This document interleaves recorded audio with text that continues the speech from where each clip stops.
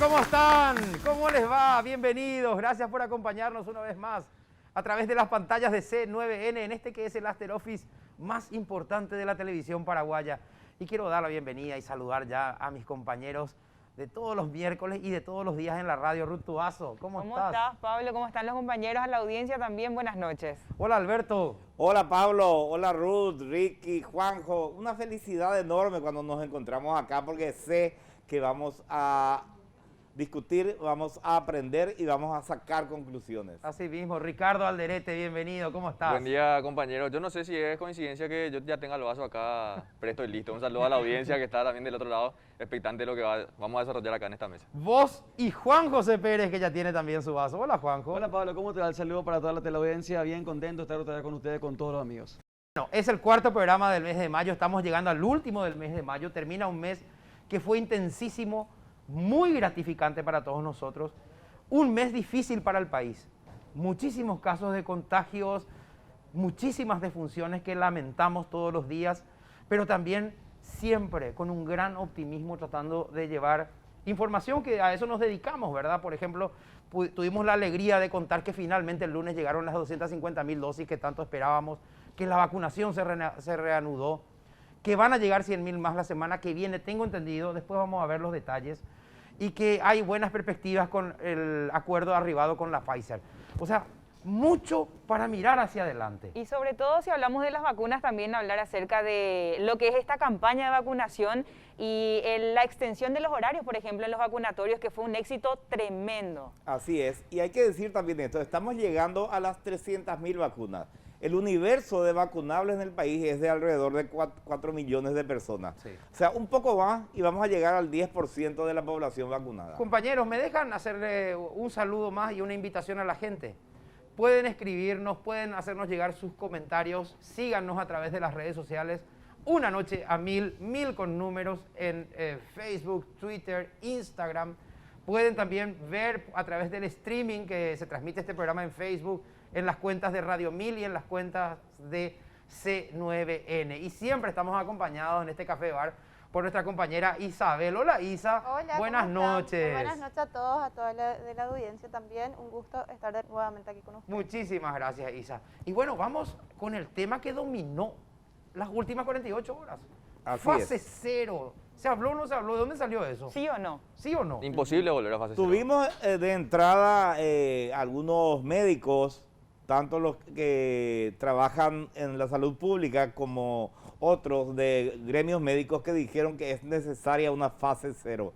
Creo que de ahí salió esto, pero ¿qué tenemos al respecto oficialmente? Bueno, pero se le atribuyó al ministro una declaración. Exactamente, lo que surgió como una posible vuelta a fase cero, se le adjudicó directamente eso al ministro Julio Borba, que hoy salió a aclarar también que no fue así. Así, dicho sea de paso, aprovechemos y vemos ya, si les parece, la aclaración que hoy cuando llegaba a Palacio de López daba el ministro Julio Borba. Los periodistas le preguntaron, ministro, ¿usted propuso o no propuso la fase cero?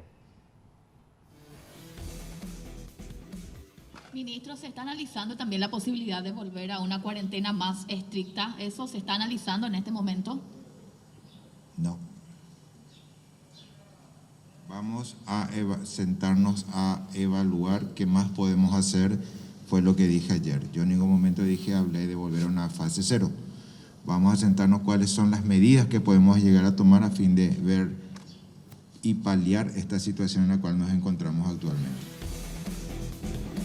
Están llegando nuestros invitados enseguida porque participaron de esa reunión en la que se tocó este y otros temas. Ellos nos van a contar qué va a pasar con esto. No sé si se dieron cuenta, pero en la pregunta en realidad la colega le consulta medidas más estrictas. Ni siquiera en la pregunta se menciona fase cero, sí. Y el ministro sale a decir, yo en ningún momento hablé de fase cero. Claro. Como para poner ya sobre la mesa que esa no es hoy una posibilidad ni se está analizando. Por supuesto que sí, quizá otras medidas que puedan paliar esta situación. Hay mucha gente que está a favor, mucha gente que está en contra sobre eso. Pero dijo o no dijo, eso es lo que... No, él no dijo, yo evidentemente no. Lo que pasa es que, como creo que vos indicaste, Pablo, hubo un diario que publica las declaraciones de una autoridad médica que no era el ministro, pero pone en la información la foto del ministro. Entonces la gente relaciona el título con la foto, ¿verdad? Claro. Eso fue lo que pasó, pero bueno. Pero yo también escuché algo de él donde decía que si hay que tomar medidas más restrictivas, esto tiene que contar con un fuerte apoyo de Hacienda. O sea, de que se habla, a mí me parece que Claro, se está habla. como que siempre el fantasma de la fase 0 rondando por la situación en la que estamos también ahora, ¿verdad? Entonces, se necesitan tomar medidas un poco más estrictas, de acuerdo a los números, evidentemente que sí. ¿Están a favor de volver a fase 0? ¿Quién quiere empezar? Yo estoy en contra. Cuando tuvimos la primera fase 0, otro era el escenario. La gente quedó sin trabajo, pero quien más, quien menos tenía sus ahorritos o sus deudas no eran tan acuciantes. En este momento, después de pasar ya más de un año de pandemia, la gente no es que ya no tiene ahorros, tiene muchísimas deudas y sería terrible que paren sus actividades económicas en este momento. Además, yo tampoco creo que sea hoy conveniente volver a fase 0, porque tampoco creo que el resultado haya sido consecuente a esa medida sumamente estricta, ¿verdad? Y sobre todo porque los que vuelven a fase 0 son los que están cumpliendo con el protocolo de manera estricta, y lo que en realidad hace que aumente la cantidad de casos son esas reuniones que aún al día de hoy no se pueden controlar. Sanitariamente hablando, yo creo que sería lo ideal volver a fase 0, pero si no se tienen las garantías económicas es imposible. Pero imposible. ¿Y se puede equilibrar ambas cosas? ¿Vos qué pensás, Juanjo? Vos sabés que yo prefiero militar o determinar algunas cuestiones más estrictas antes que una fase 0 completa, porque hay actividades que realmente hasta ahora están de más, pero fase 0 es imposible. La gente no se está recuperando aún, Pablo, es imposible. Mis 4, ¿vos qué crees, Isa? ¿Hay que volver a Creo fase que 0? hay que seguir trabajando. Hay que seguir trabajando. Hay que Bueno, seguir trabajando. la opinión evidentemente de muchísima gente hay que seguir trabajando. Yo, Es que ni siquiera es una opinión, sino Una que necesidad. es la única posibilidad que tienen de sobrevivir. ustedes, todos mis compañeros conocen mi opinión. Yo siempre en la radio digo, ¿verdad que es así? Claro. Bueno, esta semana me puse a pensar, ¿y de qué otro modo se para este nivel de muertes y de contagio si no nos encierran? Pregunto. No, pero comparemos nomás Porque no hay vacuna. Comparemos en la nomás los cantidad escenarios entonces. para inmunizar a todos. Yo Pablo. creo que es el momento de utilizar esa pata de la estrategia que nunca se usó.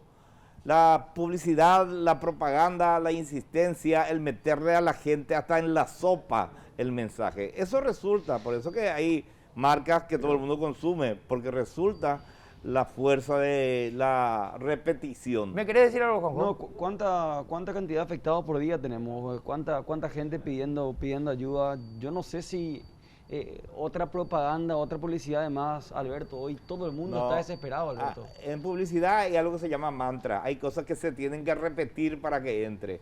Los mensajes dispersos no sirven. Pero lo que decía nomás, comparemos nomás entonces los escenarios y las medidas acá en Latinoamérica nomás. Argentina volvió a una etapa prácticamente cero, una restricción absoluta, y sin embargo no se coincide con... Es un buen ejemplo para mirar el que decís, Ricky, porque en Argentina, ¿qué es lo que hay ahora en los últimos 3 días? Manifestaciones en prácticamente todas las ciudades de la gente aglomerándose en la calle protestando contra las medidas restrictivas. Por eso decía que para que una fase 0 vuelva o las medidas sean mucho más restrictivas, tienen que estar acompañados de también una ayuda económica importante, y es ahí en donde nos está llegando, me parece. Hubo una discusión muy seria hoy en el Poder Ejecutivo y nuestros invitados estuvieron en esa reunión y enseguida van a contarnos qué salió de ahí y muchas otras cosas más. Así es que aguárdenos un ratito que enseguida están llegando, ya nos están avisando. A votación para cerrar nomás, a votación a favor de fase 0, que levante la mano. A favor, a favor. Yo estoy a favor si No, están yo estoy a acompañadas favor de las que se medidas. piense y se discuta porque algo hay que hacer. Otra opción, demasiadas Ricky, muertes. En contra de fase 0. Así radical. Ahí Sí, también, totalmente. Isa también. Radical. 4. Dicho sea de paso, felicidades, Alberto, te vacunaste el sábado. Sí, el sábado fue mi día, estuve en el vacunatorio, me gustó, me encantó la organización. ¿A cuál te fuiste a ver? Entre la llegada al lugar, me fui al de Secretaría la de Deportes. Secretaría de Deportes. Entre la llegada y la salida ya vacunado tardé 1 hora, y eso que había muchísima gente. Excelente la organización que hay que copiar en los otros vacunatorios. Y es ahí el mismo lugar en donde se extendió hasta las 10 de la noche Claro. los horarios de vacunación. Justo llevó su camisa, Alberto, y tuvo que sacarse todo ahí. Y yo solo llevaba mi camisa. Claro, camisilla sí, era, una Alberto. remera con manga. Camisilla. ¿Quieres que me era. vaya desnudo? No, es que te, Albert. es que te Ah, desnudaste, pues. ¿por qué viene usted así? Es que me tengo que vacunar. Quiero verte a vos cuando No, te toque vacunarte. Con un agujerito nomás ya ahí en la Claro, parte, ¿verdad? Claro, tampoco Claro. nos asustes No, con el pero para que acento hacía desnudo, frío, por favor. compañero. Para que el televidente entienda nomás, él tuvo que sacarse toda la camisa y ahí le pusieron la vacuna frente a todos. Peló físico, peló Y Peló todo físico, eso ¿está bien? vimos porque le siguieron los paparazzi. Y le Sí, siguieron los los paparazzi, paparazzi, claro. búsquenlos en las redes. Yo Muy bien. decidí no sacarme fotos justamente para evitar Claro. estas críticas. El morbo. No tuviste ninguna reacción a Y la vacuna, ¿verdad? me descubrió un colega de otro, de otro canal y sacó Y se- el se Le hizo quiero el nomás video decir a y la salió. gente, así es en la radio. Se va a nuestra conversación y pueden escucharnos todos los días desde las 7 de la mañana de lunes a viernes, 1000 AM. Ya habla ruso ahora, Albert. Habla ruso Alberto, así mismo. Y Así le es. ama a Putin. Bueno, dejamos ahí, sin posibilidad de réplica, Albert. Dejó de ser un rumor. ¿Qué cosa? Harrison, precandidato a presidente de la República. Aspirante a candidato sería él Aspirante, en sí. este momento, sí señor. Por el Partido Liberal. Sí, no Robert Harrison, el Norman presidente de la Harrison. APP, su hermano, Norman. Norman Harrison. Es lo que se dio a conocer y nos decía también el senador Blas Llano esta semana en Radio 1000 de que sería él el posible candidato de consenso. Hay que aclarar eso. Los colorados también están proyectando a alguien. ¿Ustedes escuchan, suelen Desde escuchar? que terminaron las elecciones pasadas, hay un candidato de los Colorados que siempre está siendo lanzado al ruedo, que Santiago es Peña. Santi Peña. Sí. Bueno, Claro, de por los el cartismo. colorados Sí. de HC, Sí, de Honor sí. Colorado hay que decir también. Y en el lado del oficialismo, digamos, de Añetete, siempre se habló de Vince. Así es. Y ¿sabes qué? Yo quiero creer que lo de Vince era una posibilidad. ¿Saben por qué? Porque toda la batería de denuncias y de críticas apuntaron al MOPC. Viste que vos cuando ves un candidato que aparece, vos tenés que dispararle, ¿verdad? A mí me da esa impresión. Y Vince estuvo el año entero bajo fuego en el sentido mediático. No estoy haciendo juicio de valor de las licitaciones, no. Pero vos podés apuntar a otro y concentrarte en otro. Te concentraste en él. Eso es porque vos ves que probablemente, o tener la información de que probablemente sería un candidato. Es la impresión que yo tengo, ¿eh? No necesariamente tenemos que compartir. Si las barajamos opiniones. estos tres nombres nomás, ¿quién dicen que llega con ventaja al menos en la imagen? Pongo eso en la mesa porque, opinión particular, creo que Harrison llega no. con una imagen del outsider, ¿verdad? Del nuevo. Fresco. El empresario. Sí, el empresario. Que no Yo es creo nuevo que tampoco los eso. dos tienen prácticamente imagen de outsider, ya que Santi Peña no tiene militancia política, ¿verdad? Es más, su afiliación al Partido Colorado fue un año antes de su candidatura. Hay que ver, y ahí seguramente los mangos que se pongan detrás de los pingos determinarán quién triunfa en la carrera. Alberto, que tiene muchos más años que nosotros, va a decirme si tengo o no razón. Desde que cayó. No tenés razón. Desde que cayó Stroessner. Mucho malo, Leo. Vos ni tenés 10 años menos que yo nomás. ¿Qué te Albert, pasa? ¿Por qué lo Albert. hacía de entrada ya, verdad? Directo, Pero ¿eh? por lo menos 20 años después que vos empecé en el periodismo, no 5 años después que Bueno, vos. yo empecé a los 14 años. Claro, pero yo empecé mucho Qué después. precoz Alberto. usted, Pero señor. Reatemos Periodista el nudo precoz. del relato. Atendé, Albert. Desde que cayó Stroessner, nunca el presidente de la República logró salir con éxito en el empeño de colocar o de colocar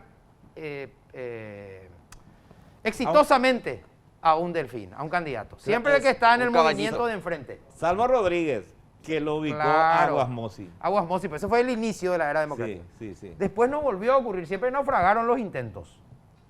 Así es. ¿Verdad que es así? Así mismo. Así es que yo creo que, Usted ha dicho la palabra yo creo que el correcta. cartismo va a terminar imponiendo su candidato para los colorados. Es una impresión que tengo. O Lo sea de que Norman Santi Harrison se verá. Peña no es inamovible dentro de ese Y a escenario. lo mejor ponen a otro. A lo mejor lo de Santi Peña es un engaño permanente y después ¡pum!, sacan la carta. ¿Puede ser? Puede ser. Puede ser. Muy bien. Cerramos el tema político y nos metemos al escándalo de que se mediatizó esta semana. La fiestita de los jugadores del América que se grabó y tuvo consecuencias. Ahí estaba nuestro compatriota Richard El Sánchez. cachorro. Sánchez. Exactamente, y tuvo consecuencias porque si bien fue el festejo de un triunfo, ahí Juanjo nos va a explicar mejor. Contra el Portland la- Timber por Conca Champions. Claro, lo que sería una especie de Libertadores, ¿verdad? Eso les disminuyó el rendimiento para el partido a nivel local. Eso dicen los muchachos, los Bueno, pero hinchas. ¿qué es lo que se le ve haciendo al cachorro Sánchez si vamos a la discusión al Él, debate? Y uno ve- él se escapa de la festichola, es lo que se ve. Se levanta y se va. Un tiempo después, él estaba sentado en Con un una costado, cervecita en la mano. Bueno, es la parte con del una video que cerveza se en la ve. mano y como que acá lo que uno puede juzgar fuera de lo moral es el rompimiento, la rotura del protocolo sanitario. Es por eso que la Liga MX ya lanzó su América sanción el día lanzó de, un el comunicado. día, primero la América dando un apoyo a la Liga Mexicana con la sanción. Va a tener doble sanción de la Liga Mexicana y también una sanción interna del Club América. Lo cierto es que hoy, el día que se dio a conocer este video, la esposa de Richard Sánchez eliminó todas las fotos que tenía con él de sus redes sociales, por ejemplo. Y hace poco nomás él llegó a ser papá, ¿verdad? Sí. Entre paréntesis nomás. Pero más allá de la discusión moral, ¿verdad? De si está bien o no, de quién quiénes pueden integrar la fiesta, lo que se hace dentro de una fiesta como esa. Desde lo deportivo, es criticable. Es criticable, ¿sabes qué? Tienen prohibido hacer ese tipo de fiestas. Protocolo COVID, están en burbuja los futbolistas. Los clubes gastan muchísimo dinero en tenerles en burbuja, en hacerles el hisopado, los análisis. Bueno, te comento que esa burbuja hoy casi ya no existe. Esa burbuja hoy casi ya no existe. Está bien. Pero claro, rompes. No, Pero hay un protocolo. Tendría que Claro. haber, se No, y rompió debería. públicamente un protocolo. Son personas que ganan un alto salario, grandes premios, son personas que deben ser muy responsables. Acá el inconveniente mayor en lo deportivo, Ricky, respondiéndote, es que el equipo de la América termina eliminado de la liguilla, cuarto final contra el Pachuca. Por eso divulgan el video. Claro. Sí. Porque la fue una venganza del- semana después del video. Claro, el partido de ida venía después. Pero, y 3 otra días cosa, después. otra cosa, ¿quién graba el video? ¿Es uno de los que estaba ahí adentro o también? Una de las. O una de las- Acordate del No, caso Berlusconi. Y se lucra de ello. Y claro, Porque le vende a la revista. evidentemente es alguien que está grabando de manera disimulada porque por el ángulo del video, ¿verdad? Está más abajo y no es que está poniendo el celular en la cara. Por otro lado, en las redes sociales se dijo de todo, pero esa atalaya moral desde donde la esa es gente otra empieza cosa. a denostar, a mí me parece muy injusta esa atalaya. Ya Jesús dijo cuando iban a apedrear a la mujer adúltera, el que esté libre de pecado que lance la primera piedra. Que lance Sí. la primera pelota sería La en este primera caso. pelota sería en este caso. Bueno, No, libertad. por eso Acá, decía- acá lo complicado es que tenemos que tratar de mirar un poco más ya es nuestra selección. Porque Richard Sánchez juega, fue convocado y uno entiende que es una pieza clave en ese medio campo, por más que Berizzo no lo utiliza constantemente y la gente eso reclama, pero la mente, la cabeza, ¿dónde va a estar? Él vuelve, está con la selección entrenando ahora en Ipané, el microciclo, después vuelve a Claro, México pero y va a tener doble sanción. La cabeza, ¿dónde va a estar? Ojalá no repercuta eso. Y va a Eso es lo repercutir. preocupante. Muy importante. Hay 2 partidos eliminatorios. Nos ¿Quiénes toca nos tocan? Uruguay y después nos toca Brasil. ¿Cuándo? Uruguay el jueves 3 de junio, 18 horas, y después el martes siguiente contra Brasil. De Pero, Pero, 14 ¿cuál es local y cuál visitante? Primero Montevideo contra Uruguay. Transmisión de Radio 1000, los Por dos supuesto, partidos. Próximo junto a- jueves ya, junto a ¿eh? Ergo Almeida y junto al mundialista Carlos Humberto Paredes. Próximo tenemos. jueves ya es junio. Sí. Próximo Tres, jueves ya es próximo julio. jueves ya. Bueno, De mañana en 8, diríamos. perdón, no podemos dejar de mencionar, ocurrió en esta semana. No ganó su partido, pero igual salió campeón Libertad. Libertad, felicidad al pueblo gumarelo. Estrella número 21, el conjunto de Libertad, de la mano de Garnero, que llega a su título número 6. En cuanto a como técnico en nuestro fútbol, fue campeón con Guaraní, 4 veces con Olimpia y ahora con el conjunto liberteño. Terminó perdiendo 2-1 contra Sol de América, pero al día siguiente no pudo Nacional, que era su escolta. Terminó perdiendo contra River y es por eso que Mencionemos eso. tu equipo, mi querido El que amigo, Quelito, Líder el Quelito. determinó quién es el campeón. Acompáñenos en las redes sociales, una noche a 1000, 1000 con números en todas, en Instagram, en Twitter, en Facebook. Pueden vernos en streaming, en directo o también grabado en el canal de YouTube, en las cuentas de Radio 1000 de C9N. Aquí me están avisando que ya están llegando nuestros invitados. Bienvenidos. ¿Cómo están? ¿Cómo están? Ministra, ¿Cómo estás? por favor, adelante la ministra Carmen Marín. estás? Por favor, ministra. El ministro Federico González, ¿cómo le va? ¿Cómo Tomasino? estás? Gracias por Buenas visitarnos. noches. Ministro, Les decíamos que nuestros invitados estaban hoy en una reunión en la que seguramente se habló también de todo esto que estábamos conversando en la introducción. La ministra Carmen Marín, que es asesora de la unidad de gestión, se llama, ¿verdad? Sí, así mismo, ministra de la Unidad de Gestión y secretaria ejecutiva de Gabinete Social también. Muchísimas gracias, ministra, porque tuvieron mucha actividad y se hicieron un hueco para venir junto a nosotros. Un placer estar con ustedes. Bueno, y también el ministro, embajador en el escalafón del Servicio Exterior, ¿verdad que sí? Así es, Pablo, un gusto compartir con ustedes, realmente muchas gracias por la invitación y siempre es bueno después de una intensa y ardua agenda poder compartir entre amigos y hablar de verdades, como tiene que ser. Bueno, han llegado a una decisión ahí, pero se habló de este tema de la vuelta a fase cero. ¿Se habló, no se habló, se discutió? Realmente en el Poder Ejecutivo este tipo de reuniones como la que tuvimos hoy se hacen de manera permanente. Son reuniones de monitoreo donde el Ministerio de Salud, el ministro principalmente hace una presentación de la situación sanitaria, la situación epidemiológica. Es importante también este tipo de cosas porque todos los ministros están participando y cada uno expone su punto de vista de la situación. Y por otro lado también el ministro de Hacienda hizo una presentación de algunas medidas económicas que ellos van a plantear y enviar al Congreso seguramente en los próximos días. Medidas de apoyo a aquellos sectores que hoy están afectados por esta situación.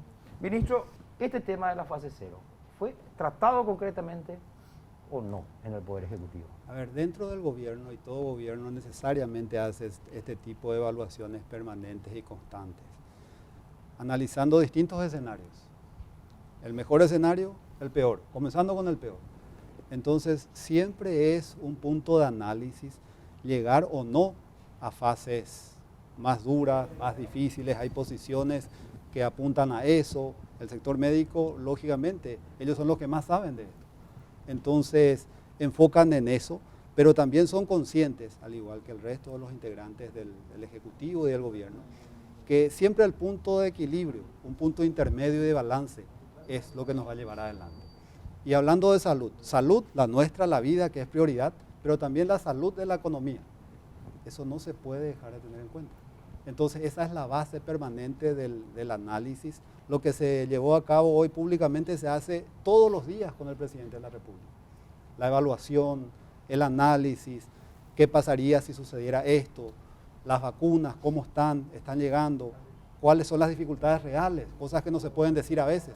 Pero todo ese tipo de cosas necesariamente se tiene que poner sobre las mesas.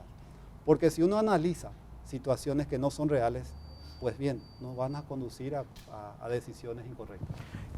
¿Les gustaría servirse algo, beber algo, algo que les podamos invitar, café, vino, Yo estoy tomando agua? vino. Yo le sigo el que más sabe acá de vino. Gracias. ¿Ah? Ministro, vino. Gracias, embajador. Voy contigo, Albert. Yo también ¿Ministro le usted? sigo, claro. Vino, dos. Pero lógicamente acepto sugerencias. lógico. No, pero está muy buena la elección. Ruth también puede sugerir algo. Yo ya voy a seguirle a usted, parece, ministro. bueno, Vino está también le voy a pedir. pedir. A la pucha. Así es. Juanjo, ¿vos le estás bajando whisky? Parece que sí. Isa, vino entonces para los tres. Dale, está Vino bien. para los tres. Ya enseguida. Muy bien. Bueno, entonces, volviendo a la conversación, fase cero es algo que, como conversábamos recién, algo muy difícil que se dé, por las exigencias también de la economía. Correcto, claro. Es una etapa en donde ya estuvimos, ya sabemos que sí puede ser efectiva, pero también transcurrieron 13 meses desde que iniciamos esto. Fuimos uno de los primeros países, si no el primero en la región, en tomar una decisión de tal magnitud. Fuimos el primer país. Así embajador, mismo, sí, dificilísimo, Sí. muy complejo. Pero también como ciudadanía, porque finalmente y principalmente somos todos ciudadanos. Claro. Y todos somos iguales ante Dios y ante la ley. Fuimos aprendiendo a lo largo de estos meses qué es lo que funciona, qué es lo que no. Esto que tenemos ahora todos, hace unos 8 o 9 meses, era hasta prohibitivo. La OMS decía no usar tapabocas. Claro, Así incluso mismo. perjudicial. Incluso decían. perjudicial para la respiración, para Claro. otras cosas. Sin embargo, ahora es obligatorio. Qué bueno recordar lo que decía la OMS, porque muchas cosas se dijeron en el camino que después tuvieron que retractarse las diferentes instituciones, los diferentes científicos, Así porque es. era algo desconocido, Albert. Yo planeo usar tapabocas por el resto de mi vida. Me favorece. No, a mí sinceramente me molesta, pero me acostumbré. Claro. Y les puedo decir una cosa, le digo a Sí. todo el que quiera escuchar, porque es importante decir. Gracias. El tapabocas es importantísimo. En la radio vivimos la experiencia.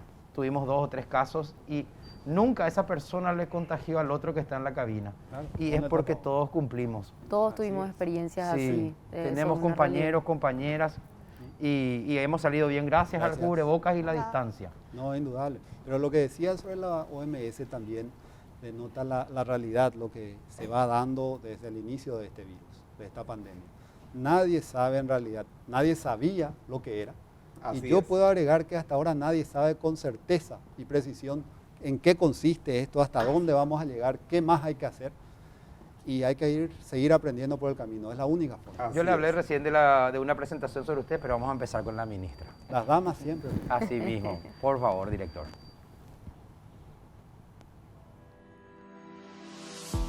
Carmen Marín estuvo como directora de Estudios Económicos de Hacienda y luego ocupó el cargo titular del Viceministerio de Economía. Hoy se desempeña como ministra de la Unidad de Gestión de la Presidencia de la República, un cargo bastante técnico y a su vez de extrema confianza. Ningún presidente querría tener a cargo de su unidad de gestión a un improvisado. Pero, ¿quién es Carmen Marín? Es economista, egresada de la Universidad Nacional de Asunción y máster en finanza por la Universidad Católica de Chile.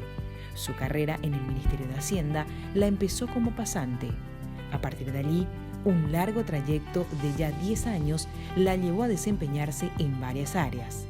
directora de Estudios Económicos, miembro titular ante el Consejo de Inversiones, miembro titular ante el Consejo Nacional de las Industrias Maquiladoras de Exportación, además de haber sido analista económico y jefa del Departamento de Análisis Financiero.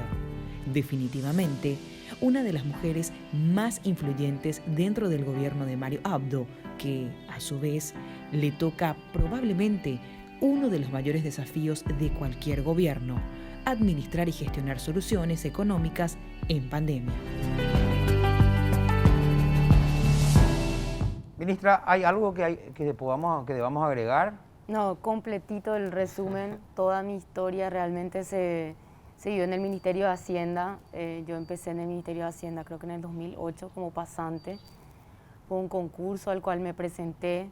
Posteriormente fui contratada, después seguí todos los procesos, después fui nombrada.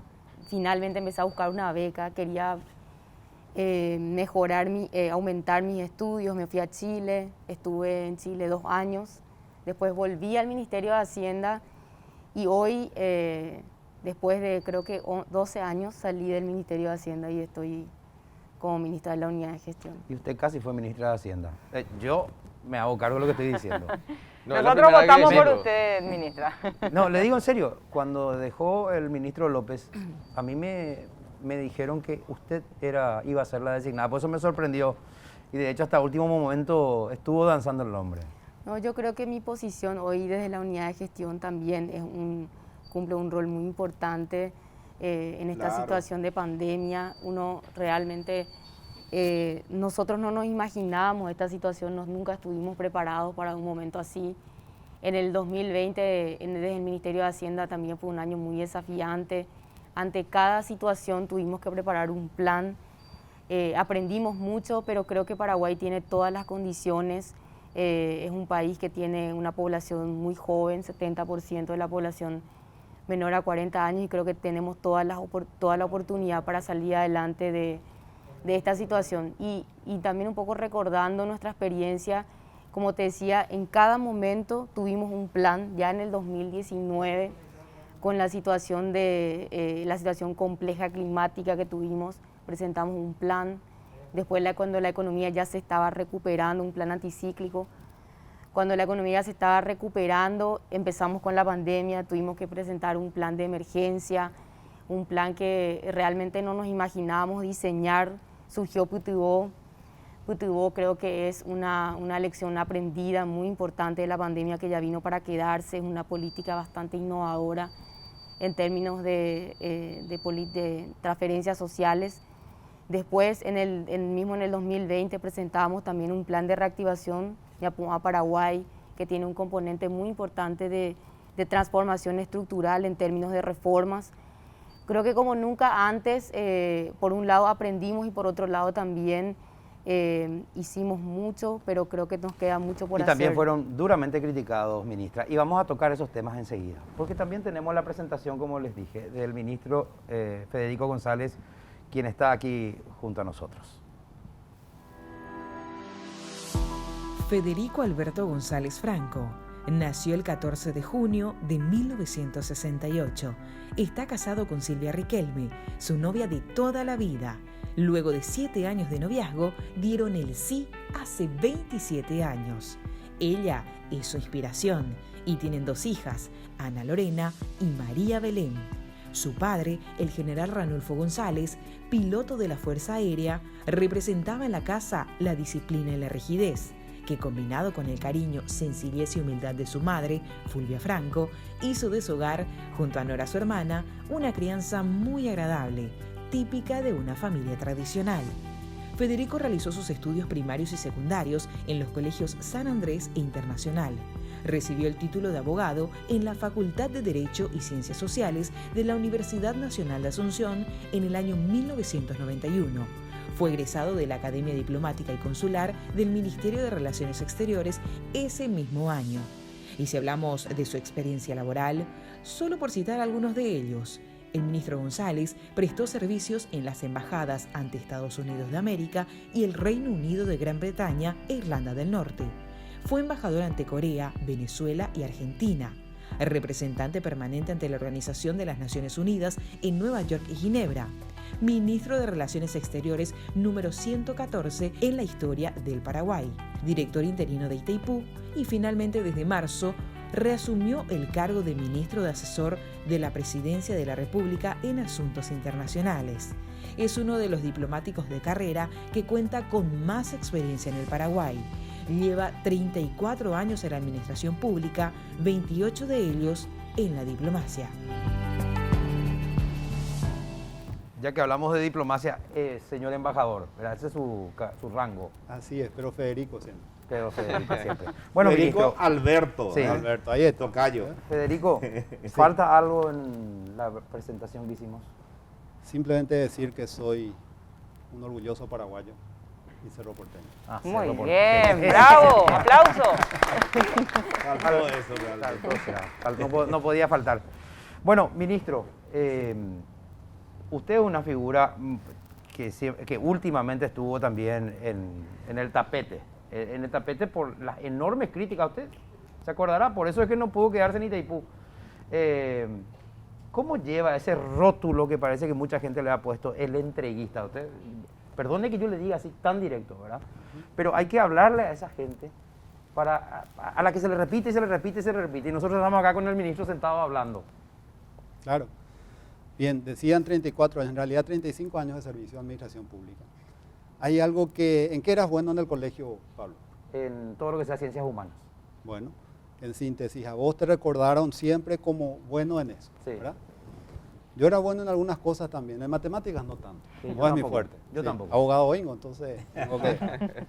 Pero siempre me recordaron, me reconocieron como el patriota, como el nacionalista. Yo era abanderado de mi escuela. En el cuartel lo serví, lo hice de una manera muy entregada. No era muy difícil para mí porque con esa disciplina fui formado. Yo no les miento al decirles que al cantar el himno nacional a mí la piel se me eriza, la sangre me corre de una manera diferente, me sale de adentro. Entonces, todos los que me conocen saben de mi patriotismo, de mi nacionalismo. Y los que no me conocen, yo les voy a demostrar a lo largo de mi vida que eso es así. Y les digo más, yo no voy a llevar a la tumba esta infamia que me han puesto. Esa es una infamia, ministro, Totalmente. que surge cuando usted va junto al presidente de la ANDE. Correcto. Y usted Sí. va a cumplir una instrucción. Así es. Parte de ese nacionalismo, de ese patriotismo que tiene, tuvo que ver las enseñanzas de su padre, por ejemplo, estábamos hablando, como veíamos en el material, un general de la aviación y muy arraigado todo lo que tiene que ver con el patriotismo. Totalmente. Todo lo recibí de mis padres, de mi papá, de mi mamá. Y a lo largo de la vida lo fui implementando en todas mis funciones, en todas mis actividades. Entonces algo que me sale de adentro, me nace naturalmente. Y por eso parece que al propósito la vida hizo que se me ponga ese desafío tan grande para yo hacer aún un esfuerzo mayor para que sepan quién es realmente Federico González, el orgullo que siente de ser paraguayo. A tu pregunta, lo que me habías dicho, ¿qué falta agregar? Si recordarás y retrocedes, lo primero que te dije es que soy un orgulloso paraguayo. Es cierto. Yo quiero aprovechar para preguntarle algo a la ministra y no dejar pasar el tiempo, porque mencionaste, ministra, proyectos económicos que salen y parten de la reunión que tuvieron hoy nomás, al mediodía, con el presidente, y estos proyectos económicos que para ciertos sectores de la población, sobre todo las MIPYMES o los emprendedores, no ha sido suficiente hasta hoy. ¿Qué es lo que se va a agregar en esto nuevo que nos mencionaste ahora, nomás de lo que salió de la reunión de hoy? A ver, primero te quiero decir que en una situación como la que estamos pasando, claramente ninguna medida puede ser suficiente en una situación extraordinaria, ¿verdad? Pero también hay que hablar de que todo el esfuerzo que hicimos en el 2020 ayudó y mitigó la caída de la actividad económica, ¿verdad? Somos el país de menor caída en el 2020, pero respondiendo específicamente a tu pregunta y mirando en perspectiva, hay como 3 pilares de las propuestas que se plantean sobre el tema créditos. Justamente hoy en la reunión lo conversábamos, nosotros semanalmente nos reunimos con los sectores afectados. En mi nuevo rol desde la unidad de gestión tratamos siempre de articular esos esfuerzos. Hay un acompañamiento en términos de reestructuración de créditos que se hace con la banca pública, y también el Ministerio de Hacienda, en función a la demanda, plantea nuevos créditos. Se va a crear como un fondo especial en condiciones financieras especiales, dada la situación, para apoyar, para fortalecer el apoyo a los sectores más afectados. Estamos hablando de MIPYMES principalmente. Y por otro lado también otra medida que hemos discutido bastante es el fortalecimiento de FOGAPI. Creo que un fondo de garantía para el sector de las MIPYMES representó en la pandemia una solución muy importante, y un fondo que siempre existió pero que no estaba funcionando como debía. Tuvo un salto desde marzo, abril, si uno mira los datos, tuvo un salto increíble. Realmente eso es producto del trabajo también de la Agencia Financiera de Desarrollo. Más de 20.000 MIPYMES recibieron crédito el año pasado y van a continuar recibiendo este año. Esos son los componentes en cuanto a créditos, respondiendo a tu pregunta. Y por otro lado también, ¿qué es lo que ellos plantean? ¿Qué es lo que plantean los gremios? Ellos también hablan mucho de los componentes de costos que tienen en el día a día. ¿Cuáles son esos costos? Por ejemplo, los servicios básicos, los pagos de ANDE y los pagos de SAP. Y nosotros lo que estábamos haciendo es postergar los pagos. Nos juntábamos con ellos y se estaban haciendo postergaciones, pero ellos dicen, no, nosotros queremos también un subsidio, porque realmente, mirando los datos, todavía no se recupera al 100% de la actividad de estos sectores. Entonces, ahí el Ministerio de Hacienda plantea un subsidio por 6 meses de estos pagos, ¿verdad? Y muchas otras medidas de contención social para los más vulnerables, y no quiero dejar de mencionar el apoyo a los trabajadores suspendidos, ¿verdad? El Ministerio de Hacienda garantiza la continuidad de esos pagos en lo que resta del año. Entonces eso un poco es el paquete. ¿Se va a dar eso que solicita IPS, creo que 50 millones de dólares para poder seguir con esos pagos, o no? ¿O sería otro el monto? No tengo en mente el monto específicamente, de hecho lo estuvimos también conversando hoy, pero la idea es garantizar la continuidad del programa de compensaciones en el transcurso del año. Ministra, usted que trabajó mucho durante todo este tiempo con las MIPYMES, una pregunta que requiere una respuesta sí o no.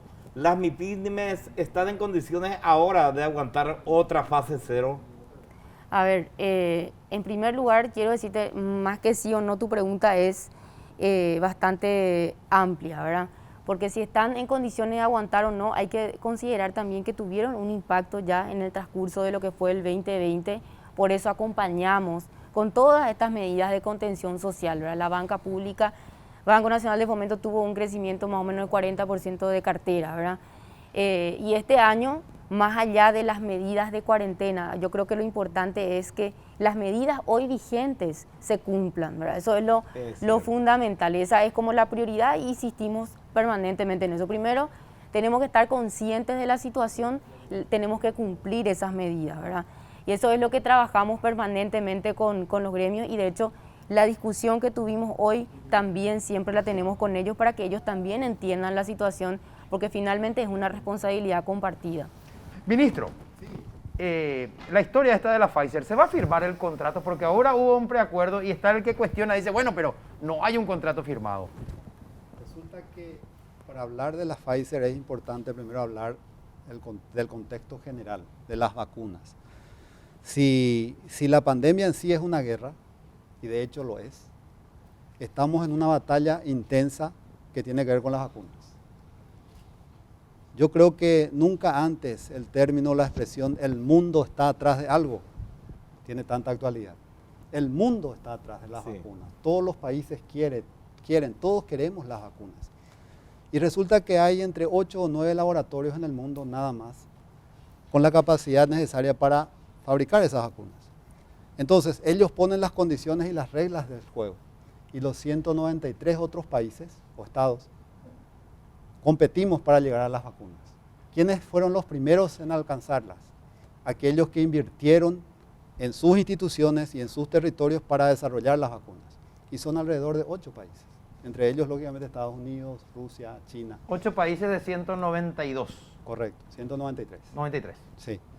Entonces ellos fueron los primeros que alrededor de hacia noviembre, diciembre del año pasado, enero, empezaron a tenerlas y bueno, a aplicarlas. Segundo grupo de países que llegaron a las vacunas, aquellos que invirtieron en estos otros países y en esos procesos para desarrollar las vacunas. Entonces, lógicamente, ellos estuvieron en segundo lugar. Los terceros son los que se ofrecieron para formar parte del proceso de pruebas de las vacunas. Les voy a dar algo tal vez novedoso para ustedes. Nosotros también nos ofrecimos para hacerlo. Lastimosamente, ya esto parece un contrasentido y lo es. Por la situación epidemiológica tan favorable del Paraguay, estoy hablando del año pasado y a lo largo del año pasado, y por la cantidad de población, 7.400.000 habitantes, no teníamos las condiciones y no reuníamos los requisitos para que se lleve adelante esta prueba en el Paraguay. Entonces, esos 3 grupos de países son y fueron los primeros en adquirir las vacunas, con reglas que son impuestas, redactadas por los laboratorios. Y les puedo decir que son reglas y cláusulas leoninas, sumamente abusivas, en las que uno no puede más que leerlas y firmar, o si no está el otro interesado, y como dicen en Estados Unidos, next, el siguiente, es Hassan de Homaina. Así de sencillo. Entonces, lo querés, firmás, pagás y lo llevas. En esa línea, ministro, entonces se encuentra la respuesta de por qué Paraguay no apostó a comprar a una mayor cantidad de dosis al inicio y como que regateó el precio a la hora de adquirir las vacunas. A ver, lo de regatear el precio no es así. Les doy el contexto otra vez general. Hacia septiembre, antes de octubre, consultamos nosotros, a todos nos gusta el fútbol acá, creo que a Ruth también, a Carmen sé que le gusta el fútbol. Yo ya dije eso, soy cerro porteño. ¿Y vos, Carmen? Yo soy Olimpia. Bueno, por favor. No, pero todo tiene que haber un Alguien tenía que equilibrar acá. El equilibrio es fundamental. Sí. Entonces, Estamos en un clásico. Sí. y ayer en la reunión con el cuerpo diplomático, el presidente dio este ejemplo. Si uno quiere hablar de fútbol a nivel internacional y conseguir algo en ese ámbito, ¿a quién recurre? A la FIFA. ¿Es así? Sí. Correcto. En el ámbito de la salud, si uno necesita algo o sugiere algo o pregunta algo, ¿a quién recurre? A la Organización Mundial de la Salud, que ustedes saben, la sede está en Ginebra. Yo fui embajadora allí. Perfecto. La OMS, la Organización Mundial de la Salud, nos indicó que debíamos trabajar con la Organización Panamericana de la Salud, cuya sede está en Washington. Y la OPS nos dijo que el sistema de adquisición de vacunas para asegurar una distribución equitativa era el sistema COVAX. En octubre fuimos uno de los 3 primeros países en Latinoamérica que no solamente firmamos el contrato, sino que pagamos por 4.300.000 vacunas. En octubre del año pasado. Si el mecanismo COVAX hubiese cumplido con nosotros, ya para enero o febrero hubiésemos vacunado a 2.600.000 personas. ¿Y por qué se eligió solamente el mecanismo COVAX y no se abrió, digamos, la posibilidad a otros laboratorios como sí se hizo en febrero con el fondo ruso? Otra vez, Ruth, me das la oportunidad para darte la respuesta. Hasta enero de este año estaba vigente una ley que establecía que el único mecanismo de compra de vacunas era el fondo rotatorio de la Organización Panamericana de la Salud. Vigente hasta enero de este año y pueden verificar. Aún así, el gobierno nacional, a través del Ministerio de Salud y la Cancillería, con sus embajadas y consulados, hicieron los contactos, las negociaciones necesarias para ver otras alternativas, de las que estábamos limitadas por la ley que les estoy señalando. En enero se presentó el 4 de enero el proyecto de ley. Sí. Llevó 2 semanas y media para su promulgación, sanción y promulgación. Perdón, ¿por qué se presentó recién el 4 de enero? Porque yo ya escuchaba que los senadores discutían este tema el año anterior. ¿Por qué se llegó a esa fecha? Porque se confió en que COVAX iba a cumplir y nosotros ampliamos las negociaciones con los otros que todavía no tenían las vacunas. Iban a estar listas recién en enero. Entonces, el 31 de enero una reunión, se decidió presentar ese proyecto, se trabajó el 1 de enero, el 2, el 3 y el lunes 4 se presentó el proyecto. Llevó 2 semanas y media, como les señalé, ahí se habilitó y automáticamente se suscribió el contrato con el Fondo Ruso de Inversión Pero Directa. Ahí no se pidió ningún descuento tampoco, como se dijo en algún momento. Ningún descuento. Lo que sí es real es que estos primeros países que adquirieron las vacunas, los adquirieron, y doy 2 ejemplos, Chile a $30 y Israel a $40. Los precios en ese momento estaban a $6. Sí. Yo les consulto a ustedes, y lógicamente es fácil después con el diario del lunes, leer y decir, bueno, yo sabía luego. ¿Quién es el que iba a juzgar a la persona que en diciembre del año pasado suscribiera un contrato por una vacuna que podía salir o que salía a $6 y que lo firmó a $40? ¿Quién iba a decir, no, pobrecito, él estaba con la presión de la crisis? No, Lo mínimo que iban a decir que un bandido, un sinvergüenza, iba a estar imputado y probablemente en la cárcel. Vacunas de Por oro. pagar muy caro. Vacunas de Vacuna oro. de oro iba a ser el título. ¿Es Así o no es así, Alberto? Así mismo. Entonces, Es lo que yo dije en la radio. uno Sí, tiene esto- que administrar realidades. Sí. Y eso es así. Pero no es que nosotros nos negamos a pagar o a comprar a $40. Nosotros teníamos la opción de comprar a $6 y eso es lo que se hizo. Luego se compró el fondo ruso, 1 millón de vacunas. Que ya está todo pagado eso. Está todo pagado también. Y luego ahí es que hay un detalle que tenemos que tener en cuenta y sé que a ustedes sobre todo les va a ser muy difícil comprender, pero ya hablamos de esto antes, Pablo. Las famosas cláusulas de confidencialidad. Y son así, son drásticas. Que dicho sea de paso, recibió una advertencia días atrás nada más, ¿verdad? Fue la semana pasada. ¿De la Pfizer? No puedo decir, no fue Pfizer, pero tampoco le puedo decir de dónde. Ah, tampoco puede decir quién. No, Pero ya no. le dijeron, hay que disminuir Sí, un poco las hay declaraciones. que regular porque están diciendo más de lo que y están violando el contrato de la cláusula de confidencialidad. Bueno, hay acuerdos de confidencialidad. Lo que pasó con esta pandemia, para poner en contexto, es esto. Las farmacéuticas se dan cuenta de que lo que ellos producen, la que ellas producen, necesitan los 8.000 millones de habitantes del planeta.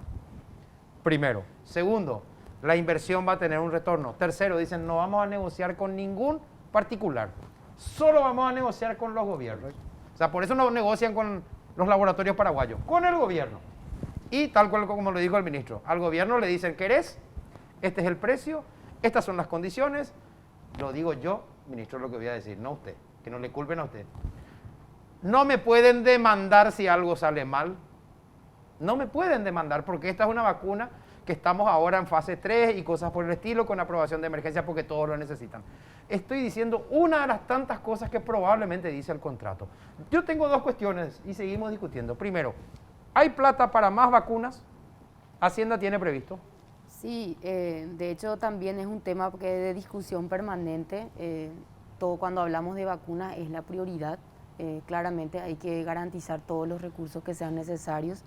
Como bien describía hace rato el ministro, todos los compromisos y en la medida en que también se van surgiendo las necesidades, se van realizando los pagos, ¿verdad? En cuanto a las vacunas. Pero es una prioridad respondiendo Pero digamos, concretamente a tu no se le pregunta. puede decir al gobierno, Hacienda no tiene plata, tiene plata. No, cuando se trata de vacunas es una prioridad. Muy bien, y se está negociando paralelamente más vacunas. Se está negociando. Actualmente tenemos un poco más de 8 millones de vacunas adquiridas, pagadas, compradas, contratos vigentes y estamos esperando la entrega de ellas.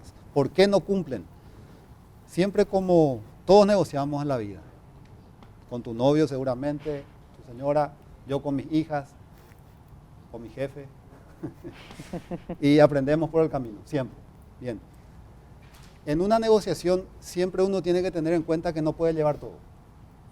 ¿Correcto? Correcto.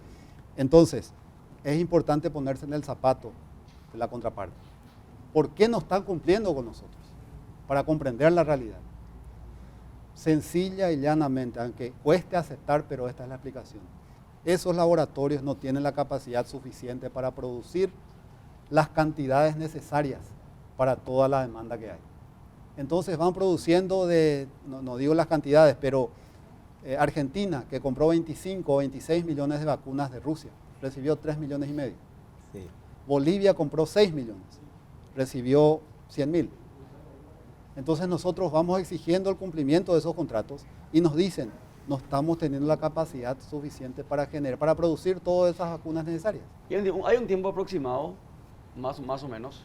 Hay plazos diferentes con cada uno de esos laboratorios y lógicamente uno puede denunciar, demandar o exigir finalmente cuando el contrato... En junio vence la de Rusia. No les puedo decir con precisión porque es cláusula de confidencialidad. Ministro, Pues estamos y la cerquita nomás. vacuna de la India, que tiene un problema el laboratorio con el gobierno indio que prohibió la salida de vacunas de la India. Acá se dijo en un principio que eso no afectaba porque había un contrato firmado, pero finalmente no vienen las vacunas. ¿Cómo está el tema con India? Alberto, con relación a eso, dos puntos. El primero, lo que se dijo es que hasta ese momento de las consultas, si fuese hoy, la pregunta era, la situación que vive la India y la prohibición de exportación, ¿afectaría a lo de Paraguay? La respuesta en ese momento fue y era que hasta ese momento el gobierno indio no nos había comunicado nada y que seguía su curso. De hecho, unos días después llegaron las donaciones, las 100.000, para completar 200.000 que fueron donadas. Ministra, Luego, perdón, pensé que terminó. No, para cerrar, para contestar lo de Alberto.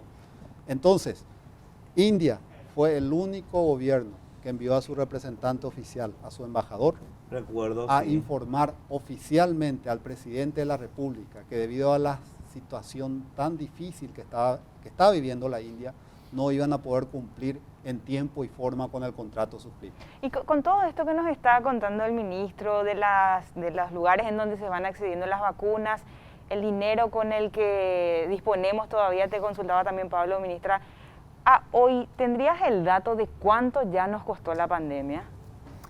A ver, esa es una pregunta interesante. Realmente, más allá del monto gastado, hay que considerar también los ingresos perdidos. En primer lugar, hay que recordar que en términos de recaudación tributaria, en el 2020 tuvimos una caída de aproximadamente 400 millones de dólares, un poco menos, versus lo que se había esperado recaudar. El año anterior también tuvimos una caída importante de más de 270 millones de dólares aproximadamente. Entonces fueron 2 años muy complicados desde el punto de vista fiscal y por supuesto desde el punto de vista de la actividad económica, ¿verdad? El año pasado, todos ustedes sabrán de ese paquete de medidas que impulsamos, estábamos hablando de un paquete de 1.600 millones de dólares, también un componente de un poco más de 390 millones de dólares para el fortalecimiento del financiamiento en términos de acceso al crédito, ¿verdad? Pymes en general, y otras medidas también que tenía ese componente. Esos son los montos. Por otro lado, también hay que considerar que el año pasado la caída de la actividad económica fue mucho menor a lo que se había esperado inicialmente. Eso también es producto y es resultado de una reacción inmediata, coordinada y en tiempo del Ejecutivo del plan de emergencia.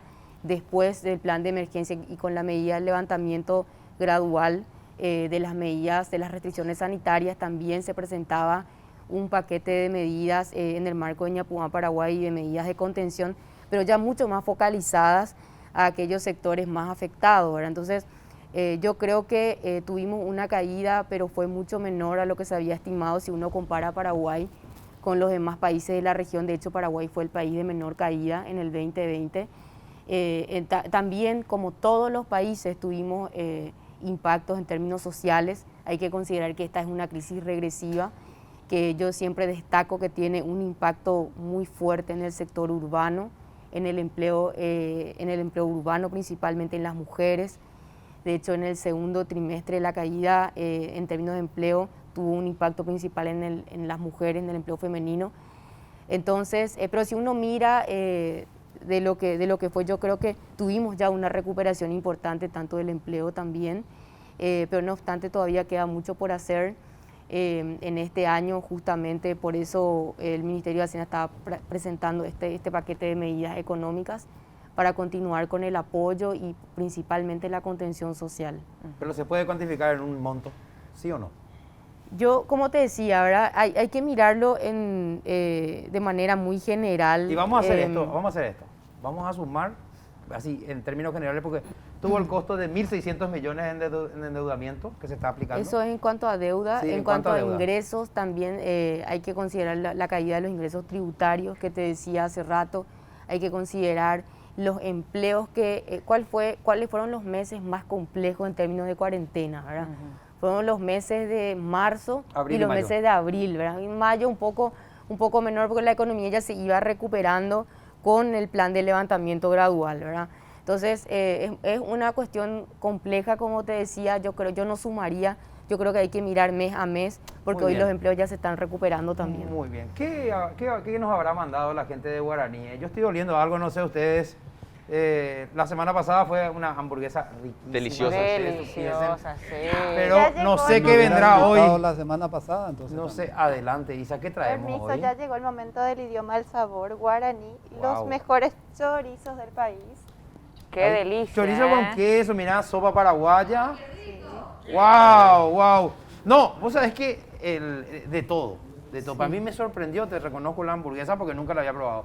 Ahora los chorizos, la sopa. ¿Vos sabías que la sopa podés sacar directamente de la congeladora, le destapas, metes al horno 50 minutos, sale riquísima, riquísima? Vamos a probar. Y el nuevo chori cheddar, mira cómo chorrea el Dios chorizo del mío, platito. tremendo. Qué tremendo. Guaraní, el idioma del sabor. Nuestros invitados que participan generalmente de manera directa de muchas de las negociaciones que tienen que ver con las vacunas, con las erogaciones y los planes del Estado paraguayo para mitigar el impacto de la pandemia, están aquí con nosotros. Así que les agradecemos mucho. Y cuando regresemos, ¿qué pasó de las famosas 80 millones de dosis que estamos pendientes, que se habló de que Estados Unidos está dispuesta a donar a sus países aliados? ¿Somos aliados verdaderamente?